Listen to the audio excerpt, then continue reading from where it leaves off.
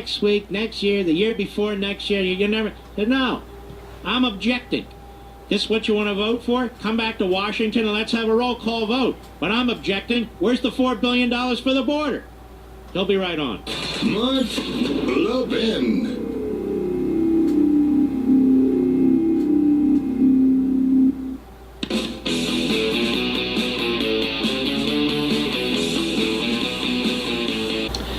Chip Roy is a very good friend of mine. He is a principled conservative, very thoughtful, common sense gentleman, and he's really sick and tired of what Washington is doing. He's just gotten here, although he served as chief of staff to Ted Cruz at one point.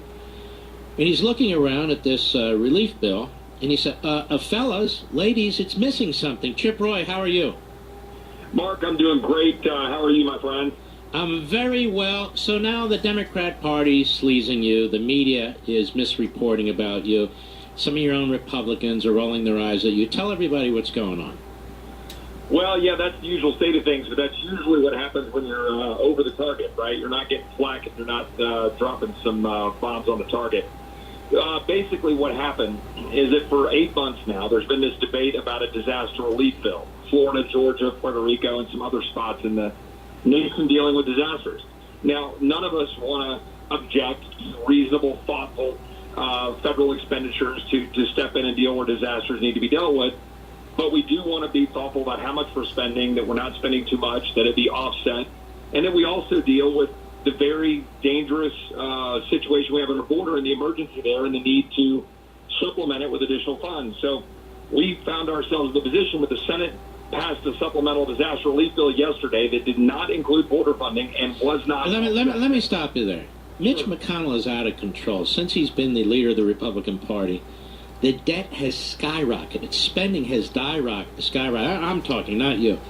He doesn't even pretend to be a fiscal conservative anymore. Anyway, go ahead. Well, you're not wrong about the overall problem with GOP not kind of spending, and that includes leadership often. And so yesterday, the Senate passes supplemental. All right, we're starting to lose you again, like last time. So are you sitting in one place or standing in one place? Did we lose Chip already? All right, let's try and get him back. He's a very big district. And sometimes when he's on his cell phone traveling, it's very difficult to get him. We're going to try and get him back right now, right, Mr. Producer? So his complaint is there's a lot of feather bedding in this bill. There's just a lot of fluff in this bill, and they put the title disaster relief on there, and they pretty much spend whatever they want to. And despite all this spending, they don't include money to secure the border and help what's going on down there, which is an outrage. All right, Chip, go ahead. Start where you left off, please. I'm back, Mark. I apologize. Yeah. So yesterday, the Senate passed a supplemental bill that was $19 billion for disaster relief. Unfortunately, they did so, and the House had already adjourned for the Memorial Day recess. And Nancy Pelosi knew that. So she was doing it to then schedule this vote for Friday. Schedule for the bill to come to the floor on Friday and just ask unanimous consent without a vote. And that's a way to just pass it through by a simple, hey, I offer for unanimous consent. If nobody objects, boom, it passes. And nobody would object because nobody's there. Because nobody's there. Everybody's flown home. So I checked with my colleagues. I checked with leadership. I checked with the White House. And there were a lot of concerns about this process. This is bad for America that we would have a $19 billion bill passed by unanimous consent that's not offset, nobody's there, and it doesn't have any border spending in it. All right, so they don't have any way to pay for it. Nobody's there to object, and they strip out the money to help with the border. Exactly right. And so I decided to turn around from the airport last night. I was going to get on the plane to fly to Texas to be home for the district. And I was at the airport, and I was finding out that this is what was going to happen. So I canceled my flight. I turned around and checked in with staff and then started calling everybody to make sure I was right. And sure enough, that's what they were going to do. So I went to the floor this morning at 11, and I objected, and I explained why. I wasn't objecting to the idea that the federal government should have some role in dealing with the disasters, but I was just objecting to a blank check and just a spending that's not checked, and to not dealing with this disaster at the border where we have 100,000 illegal aliens being apprehended every month, where we have children that don't have a place to be, an So let me get this straight. You're the only member of the House of Representatives who said, number one, you stripped out the money for the border. Number two, nobody's here to object.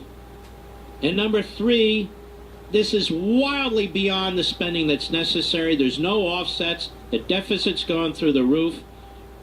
I object. It is true I was the only Republican there to object, but I was not the only Republican who objected. In other words, there were a lot of folks who wanted to object that talked to me by phone or text who were back home in their district. I was representing a number of frustrated Republicans who didn't like what was happening. And so I was happy to go down today and go ahead and object. I thought I did so thoughtfully and kind of outlined all of the reasons why. And look, I've gotten a whole lot of attaboys and texts and thank yous from my colleagues, both publicly and privately. And I think that we did the right thing. And how the media treated you? Well, I mean, some have been taking shots, as you would expect. I've had some fair treatment by a few folks out there. My press has been working it hard. But, yeah, they're taking shots, saying I'm objecting and blocking and that I want women and children to die and I want all these people in disasters to suffer. And then the left is taking off with that. But you know what? I've gotten a lot more positive feedback today, both on social media and, more importantly, directly from constituents who are tired of the swamp. This is the swampiest thing you can do. Just put spending on autopilot. Well, then how could it come out of a Republican-controlled Senate? Because you and I both know that the Republican-controlled Senate doesn't actually push conservative policies. They should be sending all sorts of great conservative policies over to the House to force tough votes on Speaker Pelosi's led House of Representatives, and instead we get we get some bill on raising the tobacco age to 21, and we get a $19 billion unauthorized. And by the way, what is that all about? Why are we all suddenly obsessed with that? Why do we all have to follow Mitch McConnell down? Is there something going on in Kentucky that I'm missing? I think it's all about hemp, and I think it's a local Kentucky issue, and he's fine to do it. And frankly, I think a lot of the big tobacco companies are actually okay with the 21 age because somehow it probably helps them with vaping and some. You ever see the pictures of the GIs during World War II, 17, 18, 19, 20-year-olds with cigarettes in their mouths? Yeah, absolutely. In fact, one of them was my father. Now, I'm not promoting the smoking and so forth, but I'm saying we need a federal law now on this?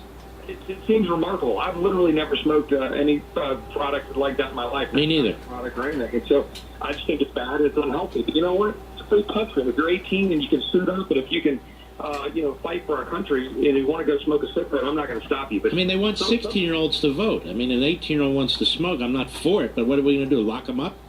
Right. And then importantly, is this really the focus of our government when we have $22 trillion of debt and we're racking up $100 million of debt an hour and healthcare costs are skyrocketing. 100,000 people are coming across our border every month, and our borders are being managed and run by the cartel.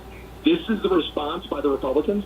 And so I've been very pleased today to get a lot of people backing me up and just excited to see any kind of fight in Washington. We put out a letter last week asking for Speaker Pelosi to hold the caps, the spending caps, that are current law, rather than busting the caps and spending billions more. No, good luck with that. Well, I know you and I both know the wall will run into, but that's okay. The American people want to see a fight. You're right. 44 House members who have signed on to it. Let's keep building it, and let's show that the swamp that we're serious about spending restraint, healthcare freedom, secure border, and common sense. Mm-hmm. No, you're quite right. All right, my friend. Good job. I appreciate what you did. You got a lot of courage, and I think my audience now understands a heck of a lot better than listening to the news. I can tell you that. Well, I appreciate you. Thanks for having me on. Thanks for your listeners. I wouldn't be in office without them. Y'all say I use the continued support because the swamp's going to come after me. I really appreciate all that they do. All right, brother. Take care of yourself. Have a good weekend. All right. Thanks, Mark. Take care. God bless. He is so honorable and decent. Decent. You see, now you got the facts. It was, who is this guy? He just stops relief going to people who need it. He said, number one, there's an enormous amount of money here that's not going to go to relief. Number two, this Congress cannot control itself. It doesn't have any offsets for its spending, like everybody else has to. Look at the massive debt that we have. And number three, Nancy Pelosi did this in a way where it would be impossible to stop her unless I turned around from the airport, went to the House floor, she was going to pass. I want you to listen to this part. She goes on and on about the responsibility of Congress, that they represent the people, that we need to follow the Constitution, right? So what does she do? You won't hear this on CNN and MSNBC. So what does she do? She schedules a vote on Friday when nobody's going to be there, not a single Republican who has a problem with this.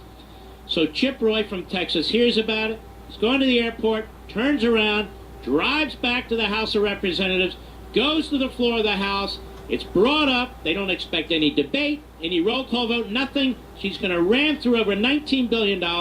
They stripped out McConnell in the Senate. They stripped out the part about securing the border because the Democrats said it comes out or we're not going to support you. Finally, they buckle. Everybody's buckling in the House.